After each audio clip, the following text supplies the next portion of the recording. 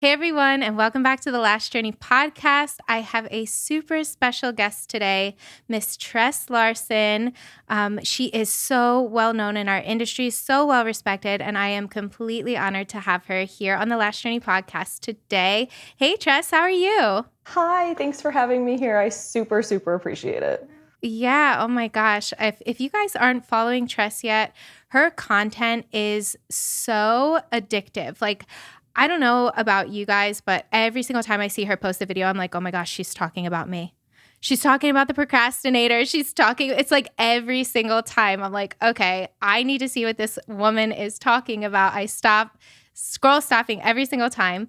But yeah, I am just so excited to hear more about your lash journey because, I feel like so many know who you are, but not necessarily your backstory. And they might know what you're doing now, but not necessarily how you got here. And the Lash Journey podcast is all about all of our journeys and how I think playing the long game is super important in this industry. So I would love to hear how you got started in the industry. If you want to tell the audience a little bit about yourself and how you got here.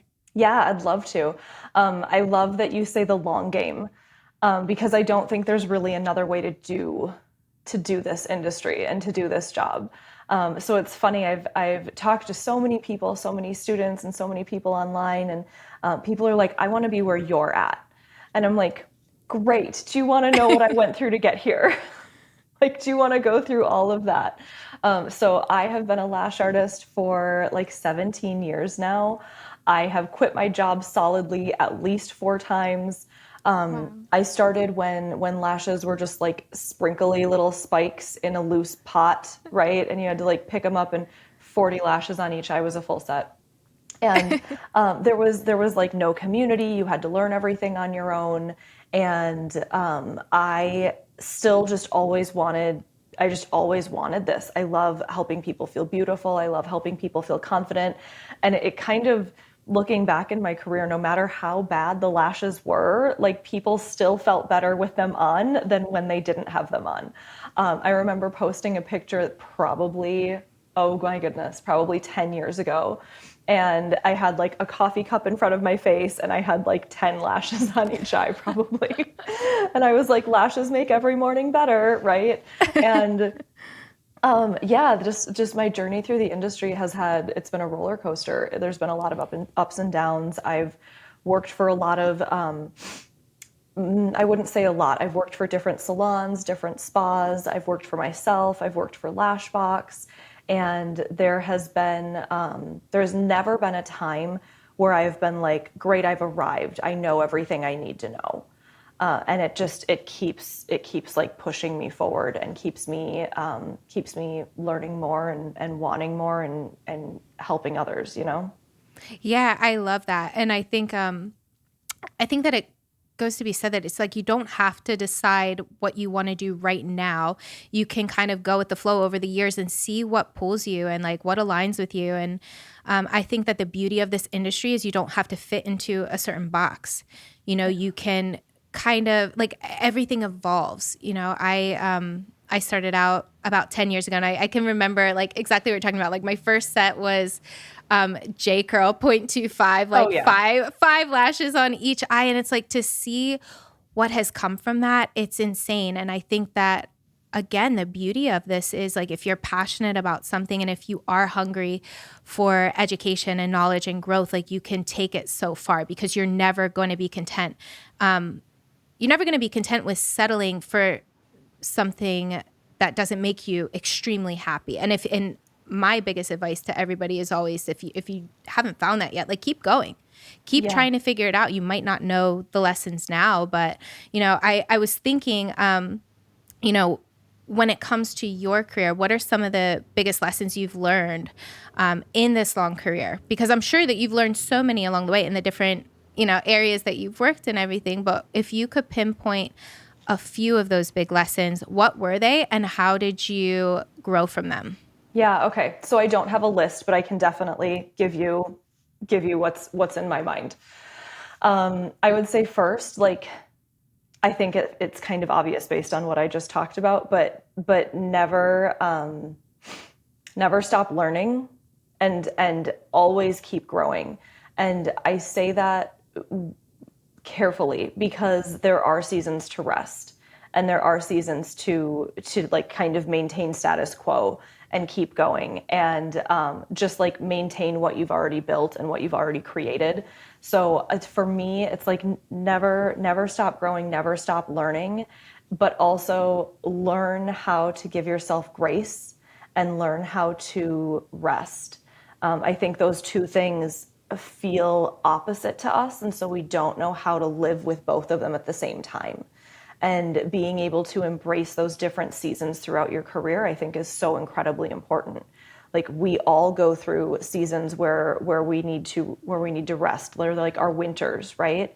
And then we all go through seasons of growth. And the biggest lesson for me is when I'm in a season of rest, it's like really soak it up, really go, okay, I can rest, I can learn, I can I can maintain my life and keep going as I prepare for the next season of growth. But you don't always have to be pushing forward. You don't always have to be growing. And I think hustle culture, I don't even know if like I would put that right, but like the idea of being in the hustle and being in the grind all the time, every day, all day, is what leads us to burnout faster than anything else. And it's led me to burnout over and over and over and over again because I thought in order to get where I wanted to go in this industry, I needed to be relentlessly pushing forward. And if I wasn't in a season of growth, I was being hard on myself and I was criticizing myself and I was nitpicking every little detail to figure out where I was going wrong. When in reality, I needed to let myself rest in order for that like creativity and that hunger and that energy to come back to me. Yeah, I love that so much. And I think that, you know, even in my own career, sometimes people don't realize, they don't realize, they just see like, oh, she's always doing something, she's always doing something. But it's like, no, I have given myself those seasons of rest. You know, I was like, I was a single mom for an entire year with my daughter. Like that took a whole different type of Tiffany and a different type of person. And like I honored that and I was able to really become a mother and become somebody, a completely new woman. And then I was able to pour that into my business too. So I think that, being able to recognize those shifts, and I don't even know that I know how to recognize them. So how would how do you think that you recognize the shifts and know when one is happening and like when to, you know, recognize and honor it? Yeah, it's when I'm incredibly frustrated, incredibly hard on myself, and feel like I am just spinning in circles. Like no matter how hard I try, I'm not progressing. No matter how much more I want, I'm not moving the needle forward. So I would say like when I'm incredibly, if I start to get irritable or short-tempered with the people that I love the most and have the most patience and grace for, like that's a huge red flag for me, right? If I start feeling sad consistently, and I am not a naturally sad person, but if I start questioning what I'm doing and why I'm doing it, and I want to like run away and like quit the industry all over again, that's when I'm like, oh, burnout is happening right now. Like right now is the time that I need to stop that cycle. And I feel like so many of us try to just push through that. We try to just like suck it up and keep going because this is what I have to do. Well, yeah, like to an extent, we do have to just suck it up and keep going, right? We need to keep showing up to work, and we need to keep being there for our clients and for the people that love us. But we, when we're in a place where we don't feel like we have anything left to give, it's probably because we don't. And we need to be able to pour back into ourselves and allow ourselves rest to recover from it so that we have something to give again. And what does that look like though? Because I feel like so many people can relate to that, but in the same sense, when you have all of that weight on your shoulders, what does it look like being able to give some of that up? Like to be able to allow yourself to rest. I know sometimes I feel like when my wheels are spinning too much, it's like, but I have so many people relying on me and I can't, like, I just can't stop. So what are some first like baby steps that people can take to get themselves out of that funk? Yeah, so the first thing I do, I mean, the most important part is recognizing it, right? like recognizing that you're depleted, recognizing that you're trying to pour from an empty cup. And then for me, the first thing that I do is I start giving myself the grace to mentally vacate my workspace at night.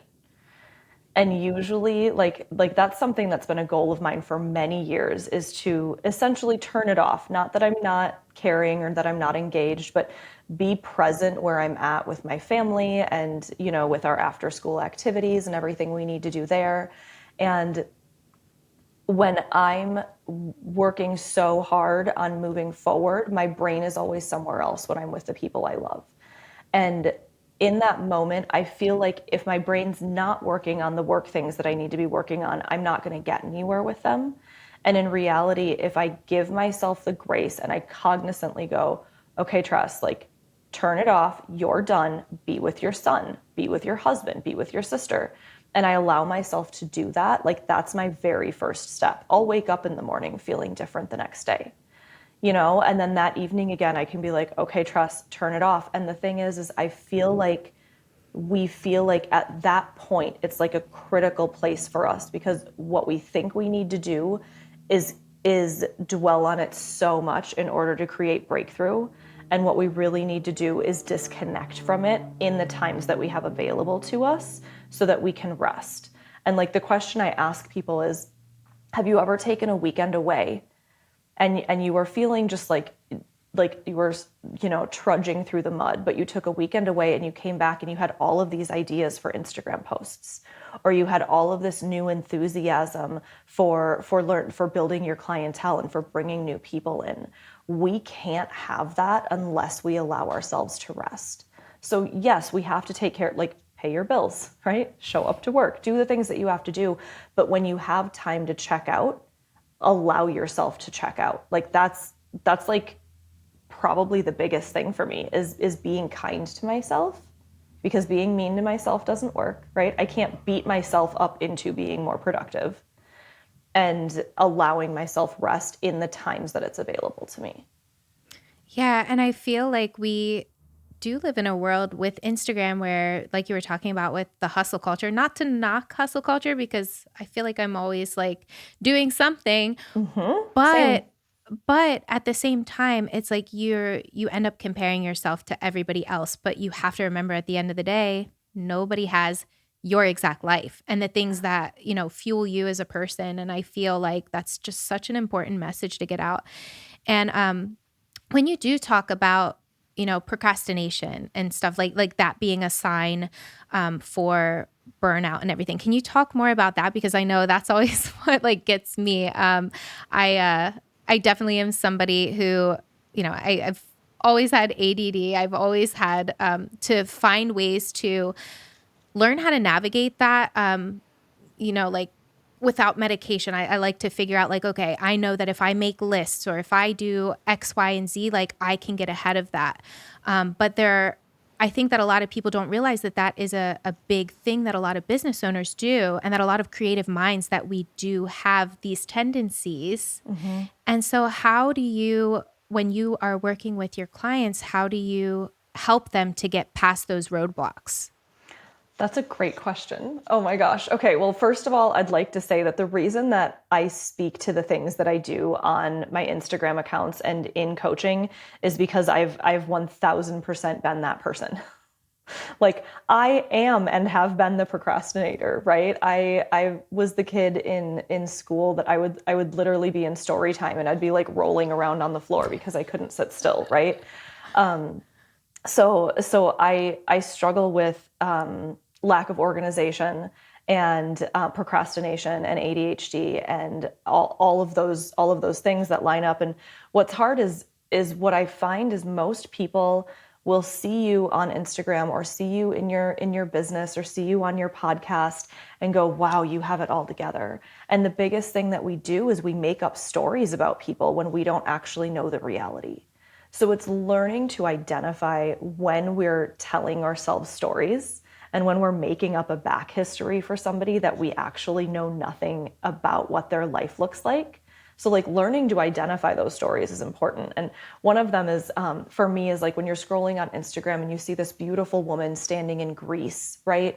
And her dress is blowing in the breeze and her hair is like tossed over one shoulder, and you automatically look at it and your brain art starts to automatically build a picture and like a movie around it.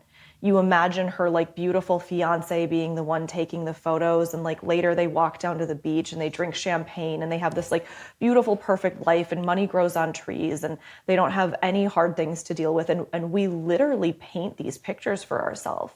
So learning to identify when we're painting the pictures and like stopping that thought pattern and going, wait, I'm telling myself a story, like this is literally just my imagination.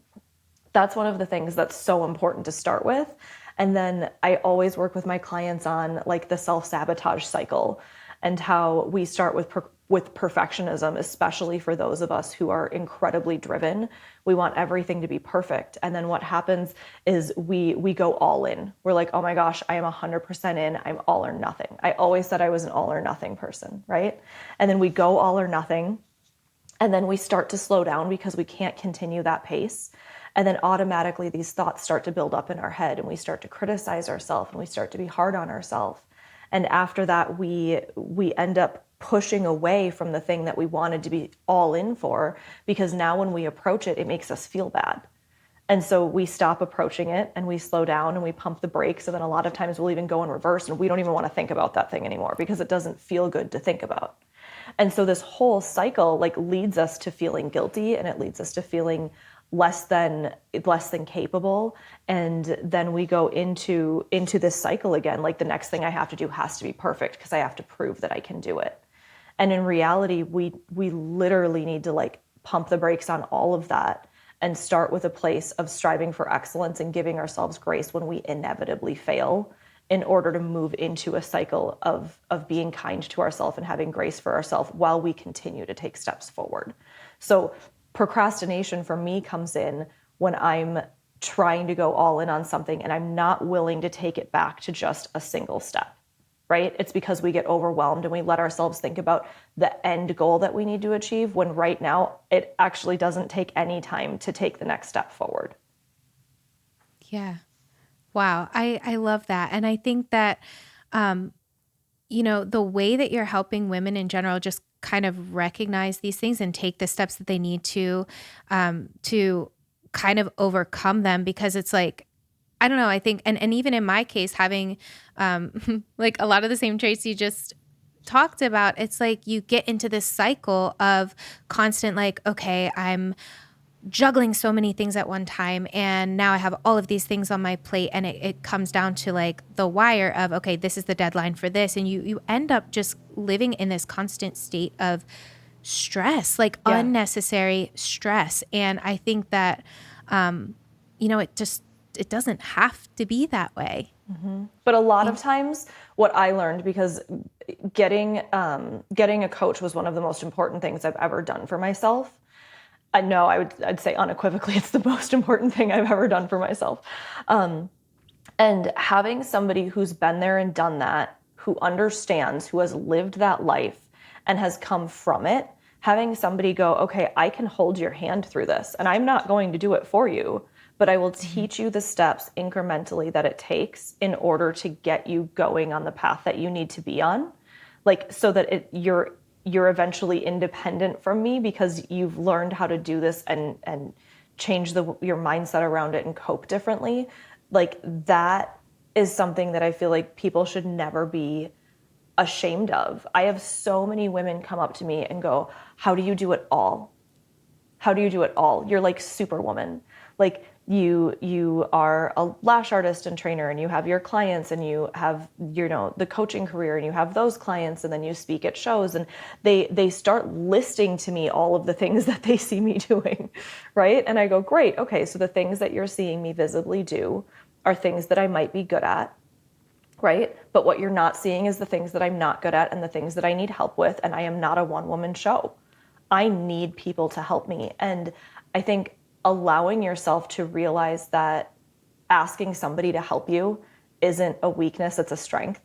And you can have somebody hold your hand through these steps is so important, because so many of us will end up going, okay, well, I see that she was able to do it, so I should be able to do it too. And then we just start the process all over again and start beating ourselves up again, because we're like, well, she can do it, why can't I do it? And it's like, well, she asked for help, or she has a team, or you know what I mean? There's so many components to it. And if anybody's who's listening to this has been asking yourself how to be the one woman show, how to be super mom, how to be, like a mogul, how to be like this incredible business owner and have super happy employees and be able to do all of the back end work yourself, like the answer is like, that's not a reality, right? Like we all have to have help in order to do the things that we want to be able to do. Yeah, I need to remind myself that like all the time, because even when it comes down to like, I feel like, when you do have a driven person, or when you are a business owner, a lot of my audience like already has their own business established. It's like you feel like you can take on the weight of the world, and you might be great when it comes to work. You might be great when it comes to managing your employees, but something is always going to give, whether it's your relationship with your husband, your home life, like being a present mom. And how do you get to have it all? By finding that balance and understanding where your flaws are, is what I'm hearing you saying. I love Yeah. that. Yeah. And I think having like the thing for me is like I had to learn to be kind to myself and have grace for myself and know that I can't be good at everything. Like no matter how much I want to be, like I Yeah. want to be superwoman, right? But I'm not going to be good at everything. So I need to lean into my strengths. And the other thing, like you said, balance, and that's something that I feel like balance is that like elusive thing that keeps popping up in the foreground somewhere, and you keep like reaching for it and it's not there, right? And like learning how to look at time differently, and literally it takes so much practice, but being able to focus on the moment that I'm in instead of constantly thinking 10 steps ahead is what brought me back to I can spend time with my child and not be thinking about 37 things that I need to do tomorrow. I can just focus on him, right? Like I can make dinner and talk to my husband and be present in that moment, because I feel like when people are seeking balance, what they're really seeking is being able to enjoy the moment that they're in, right? Yeah. And so like we have this idea of balance, and it's not necessarily there. Like it's always going to be moving. It's always going to be like a fluid situation, because there is going to be times where our business needs us more, and there's going to be times where our family needs us more.